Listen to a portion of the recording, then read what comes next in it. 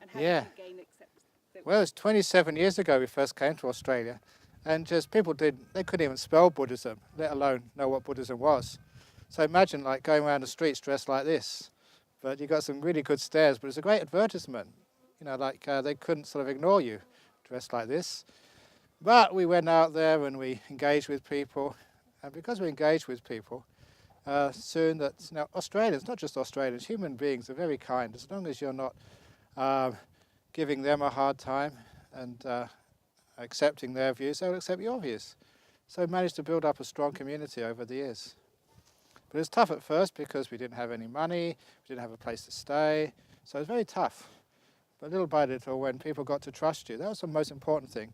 They learned how to trust you because they checked you out for the first couple of years, knew you were sort of real monks, you were practicing well, you were simple, and you were teaching good things, being kind, and those were sorts of things which inspired people to say, yeah, we want these monks to survive, so they supported us. The way. It's something you learn along the way. Compassion is not something you're born with, it's something you train for. Humour, that was part of my upbringing. My father came from Liverpool. If you haven't got a sense of humour in Liverpool, you don't survive. So that was where I learnt my humour from. But it's also just part of who you are. It's just being normal, being human, even though you're a monk, and sometimes people think that that's this huge spiritual advanced being who you can't get close to. Humour is something which draws people together. When you laugh, everybody laughs, and that means that everybody is part of you. So it's a beautiful, compassionate thing to do, to make people happy. And much of humour is about a truth, about the human condition of what we are and just how stupid we are sometimes. That's why people laugh, because when we laugh, we're laughing at ourselves. What do you Being a good teacher is, again, being able to not talk down to people, but talk not above people, but talk at the same level. And one of the most important things is, I found in teaching, never planning what you're going to say, but just keeping a kind, peaceful mind, and then relating to people. Because even when I'm giving this interview now, I got this time late, so I thought I wasn't going to come for this interview, so no preparation, but just being a human being, being kind, and connecting with the people you're talking with.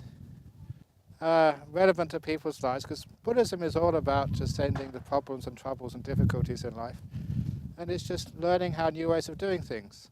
For example, I gave a talk a couple of nights ago about Buddhism and bananas, and I used a simile that when you have a banana, you usually peel it from the top, and that's a lot of suffering. Sometimes it squashes, sometimes it's hard to open, and the reason is we don't really follow the experts. Who are the experts with bananas? Monkeys. And if you watch how a monkey peels a banana, it peels it from the bottom. So when you learn how to peel it from the bottom like the experts do, you have less suffering. And that's like a simile about people come to the experts, the monks, they learn how to meditate, they learn how to let go of suffering and pain in life. Because too much in life, it's like we peel the banana at the wrong end. And that's why you have pain and suffering. So you come and learn from the monks, you learn how to peel life at the right end, and then it doesn't get all squashy and squishy. Yeah, go on. onto something slightly different. You stated in the past that you think Buddhism has to be aware and involved in political issues. Yeah. And why do you think this is important? And do you think, is it something you see as more effective at a local level, or do you think Buddhism should be involved in global sort of? No, it should be, Buddhism should be involved in politics. And one of the main reasons for coming up with those teachings or that piece of advice is this is coming from politicians, who are many of them, and I've seen some very senior politicians, from heads of state to just your local government, and they're just at their wits' end knowing how to solve some of these problems, like global warming, like sort of terrorism, like the divisions between peoples. And a lot of them are very sincere people. They're trying to do their best, but the system doesn't allow them to actually to make much progress. And they actually, many times they said to us, look, you Buddhists, we haven't tried your methods yet. Please come and help us. Please give us some of your advice. So it's like desperate times. People are trying to find new ways of solving age-old problems. They just want new perspectives.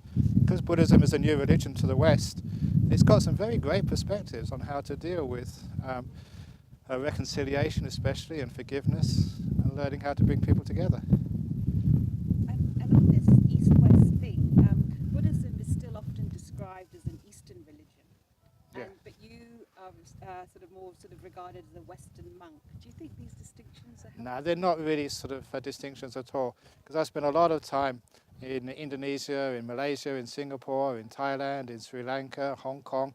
These are all Eastern countries, but many people, they now have a culture where the East has met with the West, and we have all sort of mixed up together, and we have a common culture, and so there's much which we share in common.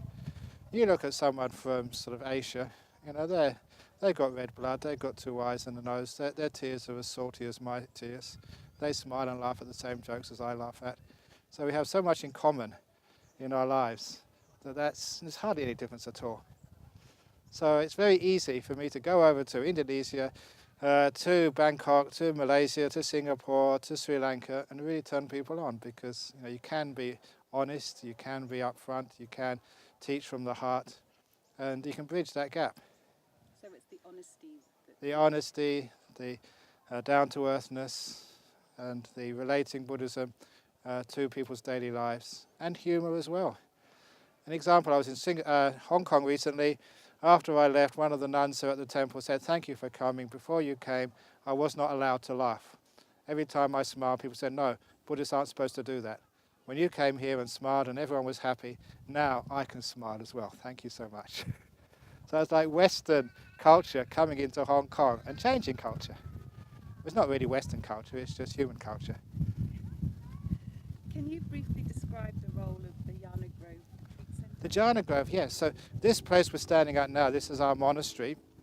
And this is, we'll have about 20 monks here soon. And this is a place, this is our home.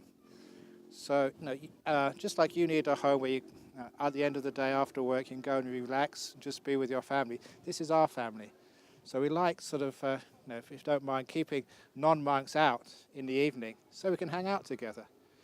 And in order to make sure that we look after the lay community, we've got a big centre over in Nolamara, but we need places where people can meditate and be quiet, so we have the meditation retreat centre over the road as well. And that's incredibly popular. Because we've made it comfortable for people so that people aren't afraid of meditation. You know, there's nice chairs to sit on, everyone has their own room, has en-suites in each room, so it's comfortable. So meditation is not some, like going to the dentist, which you have to be afraid of, but you've got to do anyway, so you grit your teeth and think, I better go on meditation retreat. No, it's something you like doing, because it's comfortable. And what do you see as the most important things that the monks and nuns here in Perth are providing for the local community? One of the most important things is sincerity, because so many people have lost their faith in institutions, in government, in police, even teachers, and in churches as well. But you know, for the last 27 years we've been here, we've had an impeccable record. And people have, again, they've tested us out, they've seen that what we say is what we do, how we live is how we preach, and we don't keep anything secret. And so they've got something they can respect. And in our modern world, it's just so hard to find people or a religion or any institution which you can really respect. And that's one of the wonderful things we've been able to achieve, simply because we've been so open. Even in this monastery, twice a year you can go in any monk's hut and have a look how we live. Go under the mattress, if they have a mattress. A lot of us sleep on the floor. See if we've got any Playboy magazines or anything like that. There's nothing there at all. It's just, you know, actually as we are, you can see is as we live, as we should be, like monks. And what do you hope for in regard to the future of the monasteries here in Perth? And are there any major goals you'd like to see reached? Yeah, there's already one goal in the last few years which I've been working on, is to have equity between the genders, so that to have full ordination for nuns. And we've managed to start that off a couple of years ago. It still hasn't got full acceptance yet, but certainly if Buddhism is going to survive in our modern world, in the West and in the East, you know, we have to make sure that there is equity, which is just basic respect. That's as it was in the time of the Buddha. So we just want to return as it was in the time of the Buddha, where the female monastics getting as much support, reaching the very heights of spiritual attainments, so there'll be hardly any difference between the nuns and the monks. Equal respect. So that's one of my main goals. And the other one is to, again, to create more peace and happiness in our world. And I'm not immune from the news. You do read newspapers, you do see what's happening in the world. And of course, I live in a world And you want to make sure that we do have some proper means for addressing the issues of global warming or terrorism or religious intolerance. And of course, being a person of religion, that's one of the things I'm really, really keen to try and build those bridges between the tolerant people in the different communities. And that will mean that you are isolating the extremists, because there's some people, they don't want bridges. When we make bridges with the moderates of all the different religions, it is like isolating the extremists, who will then feel that they've got no support, there must be something wrong with what they're doing. And hopefully they'll see that message and sort of come mainstream. Okay, well, thank you. Okay. You've done it fantastically. Great. Anytime, 10 minutes, 15 minutes. So hope everyone has a wonderful day, and make peace, be kind, be gentle, and please smile a lot. Thank you so much.